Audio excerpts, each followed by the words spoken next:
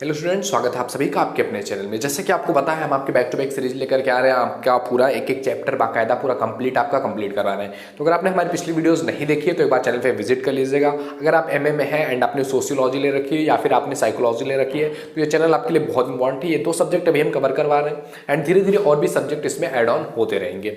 Okay, तो आज हम सोशियोलॉजी के फर्स्ट ईयर का आपका जो सोशियोलॉजी है उसके पेपर नंबर 4 का चैप्टर नंबर 3 कवर करने वाले हैं। इससे पहले वाली वीडियो हमारे चैप्टर नंबर 2 पे थी, तो अगर आपने नहीं देखा है तो वीडियो भी आप जा करके देख सकते हो। ओके, तो चैप्टर नंबर 3 आज हम बात करने वाले हैं पेपर नंबर 4 के, जिसमें हम बात करने वाले हैं धर्म के बारे में। धर्म और इसके सामाजिक प्रकार क्या है, मतलब धर्म का समाज में काम क्या है और धर्म क्या है, इसके बारे में हमें डीपली पूरा समझना है, अंडरस्टैंड करना है। हो सकता है थोड़ी सी आवाज में प्रॉब्लम हो क्योंकि सर्दी हुआ है एंड आवाज क्लियरिटी नहीं आ रही है, but I am here for you. Okay, तो सबसे पहले हम समझते हैं कि धर्म क्या है।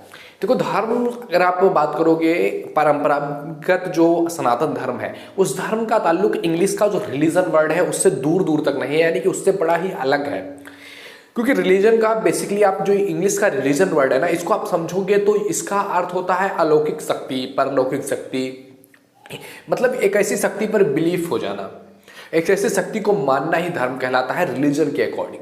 बट आप अगर भारतीय समाज के हिंदू धर्म को देखोगे तो इसमें जो धर्म लिया गया है वो धर्म बेसिकली मनुष्य के कर्तव्यों से लिया गया है कि आदमी व्यक्ति का हर एक सिचुएशन पर उसकी लाइफ में क्या कर्तव्य है, वो कर्तव्य ही बेसिकली उसका धर्म है, उसका रिलीजन है। ऐसे ही आधार पर समाज की व्याख्या किया गया एंड समाज को रखा गया एंड समाज को समझा गया है। समाज में एक एक व्यक्ति के उसके कर्तव्य डिफाइन किए गए हैं कि हाँ, हर सिचुएशन में व्यक्ति को क्या करना चाहिए एंड व्यक्ति का हर एक सिचुएशन में अपनी लाइफ के हर एक स्टेज पर उसका क्या काम है। अगर वो अपने कर्तव्यों को फॉलो कर रहा है तो वो अपने धर्म का पालन कर रहा है। बेसिकली धर्म जो शब्द है ना, ये ध्री शब्द से बना हुआ है। इसकी शुरुआत हुई है ध्री शब्द से, जिसका अर्थ होता है धारण करना, यानी कि व्यक्ति अपनी जिंदगी में जो भी कर रहा वो है, जिस भी सिचुएशन में है, वो हर एक टाइम पीरियड पर, जैसे कि शेक्सपियर ने कहा हुआ है कि जो आपकी जिंदगी है ये एक रंगमंच की तरह है एंड आप उसमें जैसे एक अभिनेता एक्ट करता है वैसे आप भी उसमें एक्ट करने के लिए आए हुए हैं एंड आपको बेहतर से बेहतर एक्ट करना है। तो उसी तरह से मतलब धारण करना है आपको, हर एक स्टेज पर आपको क्या, किस तरह से आपको उसमें अपने आप को ढालना है, किस रूप में आपको दिखाना है, किस रूप में आपको प्रेजेंट करना है। ये आपका टाइम टू टाइम आपके कर्तव्य, आपका अधिकार, वो सारी चीजें चेंज होती रहती है और उसके अकॉर्डिंग अपने आप को ढालना और बेस्ट वे अपना प्रेजेंट करना, यही कहलाएगा आपका धर्म। तो धर्म पर तमाम सारे विद्वानों ने अपनी अपनी राय रखी है। जैसे कि धर्म पर अपनी राय रखते हुए डॉक्टर राधाकृष्णन ने इस पर अपना विचार रखते हुए कहा है कि जिन सिद्धांतों के अनुसार हम अपना दैनिक जीवन व्यतीत करते हैं तथा जिसके द्वारा हमारे सामाजिक संबंधों की स्थापना होती है वही धर्म है। ये क्या कह रहे हैं कि जिन रूल्स से, जिन सिद्धांतों से हम अपना दैनिक जीवन जीते हैं, यानी कि हम अपनी जिंदगी जी रहे हैं और हमारी जिंदगी में हमारे अलग अलग स्टेजेस आ रहे हैं जिसमें हमें कुछ कर्तव्य है जिसको हमें फॉलो करना है। हमारे फैमिली के प्रति हमारा कर्तव्य, हमारे समाज के प्रति हमारा कर्तव्य, हमारे बच्चों के प्रति हमारा कर्तव्य, हमारे माता पिता के प्रति हमारा कर्तव्य, हमारे भाई बहन, हमारा सोसाइटी, हमारा मतलब एक पूरी तरह से आप एक पूरे विश्व के प्रति आपका क्या कर्तव्य है। तो दैनिक जीवन में अपना जीवन व्यतीत करते हुए जिन सिद्धांतों को हम फॉलो करते हैं वही कहलाता है आपका धर्म। एंड हमारे सामाजिक संबंधों की स्थापना जिससे होती है वही धर्म कहलाता है। कि समाज में हर एक व्यक्ति से आपका एक संबंध है, हर किसी से आप किसी के लिए फादर हो सकते हैं, किसी के लिए ब्रदर हो सकते हैं, किसी के लिए आप जो है एक उसके पड़ोसी हो सकते हैं, मतलब अलग अलग व्यक्ति के साथ अपना आपका अलग अलग रिलेशन है। तो जिसके द्वारा हमारे सामाजिक संबंधों की स्थापना होती है वही धर्म कहलाता है। ये जीवन का सत्य है और हमारी प्रकृति को निर्धारित करने वाली शक्ति है कि हमें किस समय पर कैसा एक्ट करना है, हमें किस समय पर कौन से कर्तव्य का पालन करता है, हमारी प्रकृति को निर्धारित करने वाली एक शक्ति है। ओके, देखो बेसिकली अगर आप धर्म की बात करोगे तो धर्म को पहले क्या होता है, जिसको आप अगर रिलीजन वाइज देखोगे तो धर्म को आत्मा का विज्ञान माना गया है। कि धर्म क्या है, आत्मा को जानना, आत्मा को पहचानना। बेसिकली अगर ईश्वर के बारे में बात किया जाए तो इसमें भी वही कहा गया है कि ईश्वर क्या है, जहां पर आप अपने आत्मा का ज्ञान करते हैं, अपने आप को जानते हैं। तो आपने अगर अपने आप को अच्छे तरीके से समझ लिया तो आपने ईश्वर को अच्छे तरीके से समझ लिया। इस तरह से डिफाइन किया गया है रिलीजन को। तो इस तरह से अलग अलग विद्वानों ने इस पर अपनी राय रखी। इसी पर अपना राय रखते हुए डॉक्टर पीबी काड़े कहते हैं कि धर्म शब्द से शास्त्रकारों का अभिप्राय किसी ईश्वरीय मत या संप्रदाय से नहीं है। ये क्या कह रहे हैं कि जो धर्म वर्ड है ना, जो शास्त्रों में अलग अलग शास्त्रकारों ने लिखा हुआ है, धर्म वर्ड का यूज किया हुआ है, इस वर्ड से शास्त्रकारों का जो अभिप्राय है कि इस वर्ड से वो क्या बताना चाहते हैं, वो किसी ईश्वरीय मत या संप्रदाय से नहीं है, मतलब कि कोई ईश्वर या संप्रदाय से नहीं है कि ये धर्म है, बल्कि जीवन में एक ऐसे तरीके व आचरण की एक ऐसी संहिता है जो एक व्यक्ति के रूप में तथा समाज का सदस्य होने के रूप में व्यक्ति के क्रियाओं को नियमित करती है। बल्कि क्या है कि जिंदगी में आप जी रहे हो तो आपके तरीके व आचरण की एक ऐसी संहिता है कि आप कौन सा तरीका करोगे, आप कैसे एक्ट करोगे, कौन सा आचरण आप व्यवहार में लाओगे, आप किस तरह से जो है अपने कर्तव्यों को फॉलो करोगे, जो कि एक व्यक्ति के रूप में या समाज के सदस्य अगर आप हैं, एक व्यक्ति हैं, तो आपकी क्या रिस्पॉन्सिबिलिटी है, उसको कैसे पूरा करोगे, कौन से टाइम पीरियड पर आपको क्या करना चाहिए, आपकी रिस्पॉन्सिबिलिटी क्या बनती है, वही कहलाता है आपका धर्म। तो इस तरह से बेसिकली अगर आप समझो तो धर्म क्या है, अगर आप में भारत का जो परंपरागत हिंदू धर्म था, अगर आप दैनिक इष्टमिक धर्म के बारे में देखोगे तो ये तो अब दूसरों से बांटने की कोशिश कर रहा है या अपने आप को अलग रिलीजन्स की तरह इसने भी एस्टेब्लिश कर लिया है कि ये हिंदू धर्म है। बट अगर आप प्राचीन समय की बात करोगे, सनातन धर्म की बात करोगे, तो वहां पर ये धर्म वर्ड जो था वो किसी रिलीजन को जो है नहीं दिखाता था, बल्कि ये व्यक्ति के जीवन का एक व्यवहार था। मतलब इसको आप व्यवहारिक विज्ञान बोल सकते हो कि व्यवहार किस तरह से करना है, किस तरह से एक्ट करना है, किस तरह से अपने जीवन में हर एक सिचुएशन पर हमारी क्या जिम्मेदारी है, हमारी क्या रिस्पॉन्सिबिलिटी है, उसको कैसे पूरा करना है, यही बेसिकली धर्म था।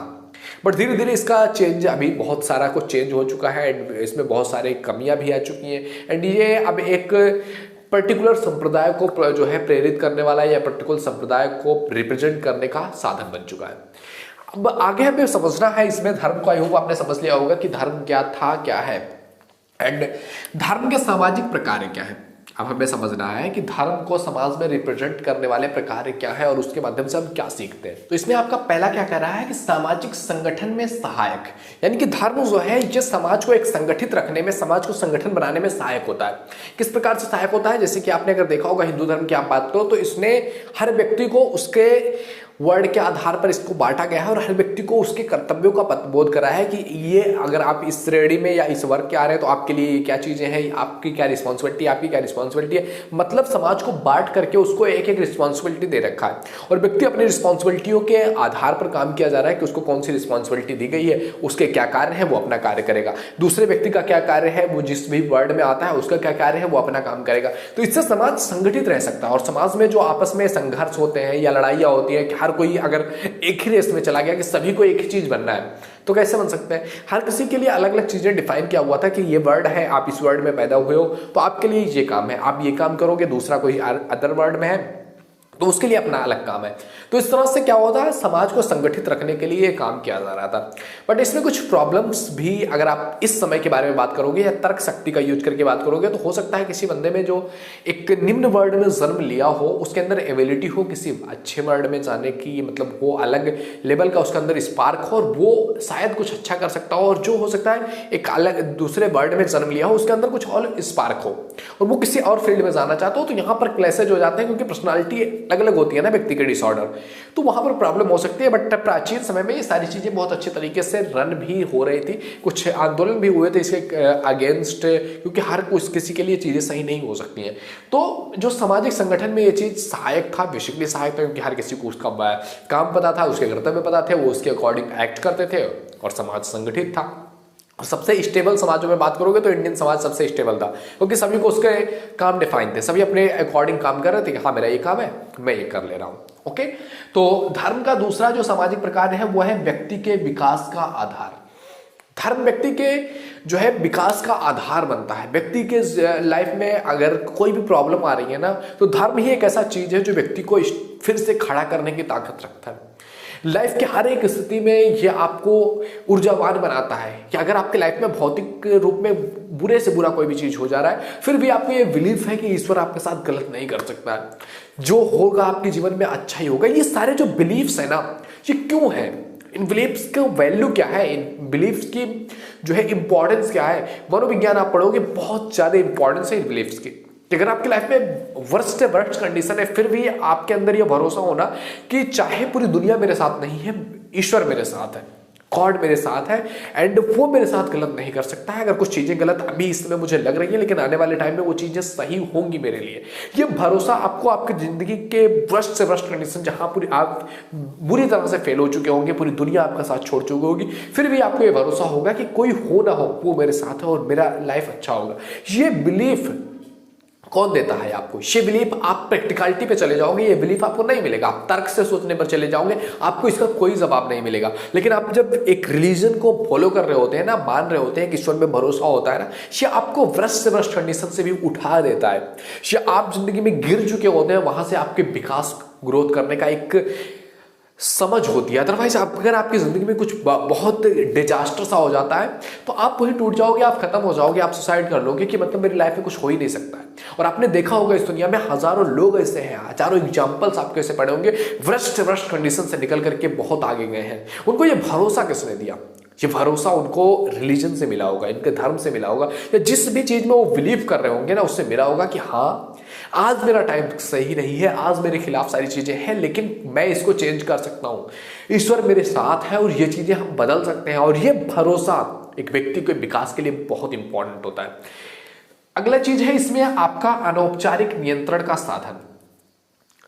धर्म जो है ना, ये अनौपचारिक नियंत्रण का साधन भी है। जैसे कि न्यायालय हो गया, कानून हो गया, ये जो है आपके ऊपर नियंत्रित करने का राज्य के द्वारा एक औपचारिक साधन है कि अगर आप कुछ गलत कर रहे हो तो आपके ऊपर ही एक्ट लिया जाएगा। लेकिन व्यक्ति इसकी अवहेलना कर सकता है, व्यक्ति इससे बच सकता है। व्यक्ति कुछ गलत करके भी अगर वो कैमरे के रिकॉर्ड में नहीं आया या किसी ने उसको देखा नहीं तो वो बच सकता है, उसके खिलाफ अगर कोई फैक्ट नहीं मिला। एंड उसकी अवहेलना करने में व्यक्ति संकोच नहीं करता है, बहुत बार उसकी अवहेलना भी कर देता है। लेकिन अगर वो कुछ एक रिलीजन में बिलीव कर रहा होता है ना, वो गलत करने जाता है तो उसके एक मेंटल प्रेशर होता है, कुछ चीजें होती है जो उसको नियंत्रित कर रही होती है, नहीं ये मत करो। वो हर जगह विद्यमान है, वो तुम्हें देख रहा है। अगर तुम ये गलत काम कर रहे हो ना, कोई नहीं देख रहा है लेकिन वो देख रहा है। ये बिलीफ शायद आपको बहुत से ऐसे गलत काम करने से रोक देती है। बहुत से ऐसे चीजें हैं जिनमें जो है वो चीजें आपको रोक देती हैं, ब्रेक कर देती हैं कि नहीं तुम ऐसा मत करो, ऐसा करोगे तो तुम्हारे साथ ये होगा, ईश्वर तुम्हें दंड देगा। इस तरह की परंपराएं हैं। हो सकता है परंपराएं शायद वो रियल ना भी हो, लेकिन इसका कितना बड़ा इंपैक्ट है समाज पर। कई बार ये इंपैक्ट एक गलत वे में भी जा सकता है, बट मैक्सिमम टाइम पर ये चीज आपके लिए बेनिफिशियल ही होती है कि आप जब भी कुछ गलत करने जाओगे ना, वो बिलीफ आपको रोक देगा कि अगर तुम ऐसा कर रहे हो ना तो तुम्हें भी उसका हिसाब देना पड़ेगा। एंड ईश्वर उसके लिए आपको दंडित करेगा। आपको इस तरह से मतलब अलग अलग तरीके से, अलग रिलीजन में अलग अलग तरीके से लिखा गया है, लेकिन भयानक से भयानक दंड आपको दिखाया गया है कि अगर आपने गलत किया है ना तो उसके लिए आपको भरना ही पड़ेगा। तो ये आप पर ये औपचारिक साधन नहीं है, कोई आकर के आपको जबरदस्ती ऐसा नहीं कर रहा है, लेकिन आपके माइंड में वो बिलीफ की वजह से आप इस तरह से हो चुके होंगे कि आप जब गलत करने जाओगे तो आपके माइंड में 50 बार वो चीज आएगी, अगर तूने ऐसा किया है ना तो तेरे साथ ऐसा होगा और तुझे इसका हिसाब देना पड़ेगा। तो ये अपने आप में औपचारिक ना होते हुए भी क्या है, एक अनौपचारिक नियंत्रण का साधन है, नियंत्रित करता है समाज में। अगला चीज है आपका संस्कृति की रक्षा का अधिकारी होता है। धर्म क्या है? संस्कृति की रक्षा का अधिकारी है। संस्कृति कैसी बनती है कि एक व्यक्ति किस तरह से एक परंपरागत तरीके से चला आ रहा है और वो कैसे चलेगी। एक व्यक्ति जो एक्ट करेगा, एक व्यक्ति जिस तरह से काम कर रहा होगा उसी के अकॉर्डिंग तो चीजें चल रही होंगी, तो संस्कृति उसी से बन रही है। तो धर्म के अनुसार हर किसी का मार्ग डिफाइन होगा कि हाँ तुम्हें ये करना है, तुम्हें इस तरह से करना है, तो एक संस्कृति चलती आएगी। तो धर्म क्या कर रहा है? संस्कृति की रक्षा आपके लिए कर रहा होगा। अगला है सामान्य कल्याण में सहायक होगा। जो धर्म होता है ना, जो रिलीजन है आपका, ये बिलीफ आपको एक व्यक्ति के पर्सनल चीज पर नहीं लेकर के, वो हमेशा समाज के बारे में बात करेगा कि अगर आपको कुछ अच्छा करना है ना, आपको अच्छे स्वर्ग में जाना है या कुछ करना है तो आपको समाज के लिए काम करना चाहिए, आपको मनुष्य की भलाई करनी चाहिए, आपको लोगों की भलाई करनी चाहिए, आपको समाज के लिए अच्छा करना चाहिए, समाज को ग्रो कराना चाहिए। आपके समाज में कोई दुखी है तो उसकी हेल्प करनी चाहिए। किसी के पास अगर खाने को नहीं उसको खाना दे देंगे तो आपको इतना पुण्य दिया जाएगा, आप इतने अच्छे इंसान बनोगे या ईश्वर आपसे खुश होगा। ये सारी मान्यताएं जो है ये क्या समाज कल्याण में बहुत सहायक है। एक व्यक्ति जो करोड़ों रुपए डोनेट कर रहा होता है, शायद उसके माइंड में कहीं ना कहीं बैक ऑफ द माइंड ये चीजें चल रही होती है, मैं ये दे रहा हूँ, ईश्वर मुझे देगा या ईश्वर मुझे इसके बदले, ईश्वर मेरे से खुश होगा, मुझे मरने के बाद या बाद में वो चीजें मुझे मिल रही होंगी। तो कहीं ना कहीं ये चीजें काम कर रही होती है समाज कल्याण के क्षेत्र में। अगला है आपका कर्म का वास्तविक स्रोत। कर्म जो आप कर रहे हो उसका वास्तविक स्रोत क्या है? धर्म ही है कि हाँ इस टाइम पीरियड में मेरा कर्म क्या है, मेरा कर्तव्य क्या है। मुझे क्या करना चाहिए, ये आपका धर्म आपको बोध करा रहा होगा कि हाँ इस सिचुएशन में आपकी लाइफ में आपको क्या काम करना चाहिए। तो कर्म का वास्तविक स्रोत होता है कि हाँ इस तरह से आपको काम करना है, ये इस तरह से आपको काम करना चाहिए, ये काम आपको करना चाहिए, ये काम आपको नहीं करना चाहिए, ये चीज़ आपके लिए अच्छी है, ये चीज़ गलत है। किसी के साथ आप गलत कर रहे हो तो वो आपको बोध कराएगा कि नहीं ये आपको नहीं करना चाहिए, आपके लिए गलत है। तो इस तरह से ये सारी चीजें हैं जो कि धर्म के सामाजिक प्रकार हैं। धर्म को समाज में अगर देखना है आपको तो इस चीजों में आप धर्म के कार्यों को समझ सकते हैं। तो इस तरह से आपने देखा कि धर्म क्या है और उसके सामाजिक प्रकार क्या है। आई होप ये वीडियो तुम्हें पसंद आया होगा, इसमें आपने सीखा होगा कि आखिर धर्म क्या है एंड धर्म के सामाजिक प्रकार क्या है। आगे भी और ऐसे टॉपिक्स हैं जहां पर आपको बहुत कुछ सीखने को मिल सकता है। तो प्लीज वीडियो अगर आपको पसंद आ रहा हो तो सब्सक्राइब करो चैनल को। आप अगर आपको अच्छा लग रहा है शेयर करो अपने फ्रेंड सर्कल में ताकि उनको भी काफ़ी हेल्प हो सके, क्योंकि बहुत सारे ऐसे लोग होंगे जिनको पता भी नहीं होगा कि इस तरह से कोई उनको टीच कर रहा है, इस तरह से उनको समझा रहा है जिससे कि उनको एग्जामिनेशन के लिए, उनको चीज़ों को समझने के लिए, अपने समाज को समझने के लिए इतनी हेल्प मिल सकती है। ओके, तो आई होप ये वीडियो तुम्हें जरूर पसंद आएगा। मिलते हैं आपसे अगले वीडियो में, तब तक के लिए जय हिंद जय Bharat, thank you, bye bye.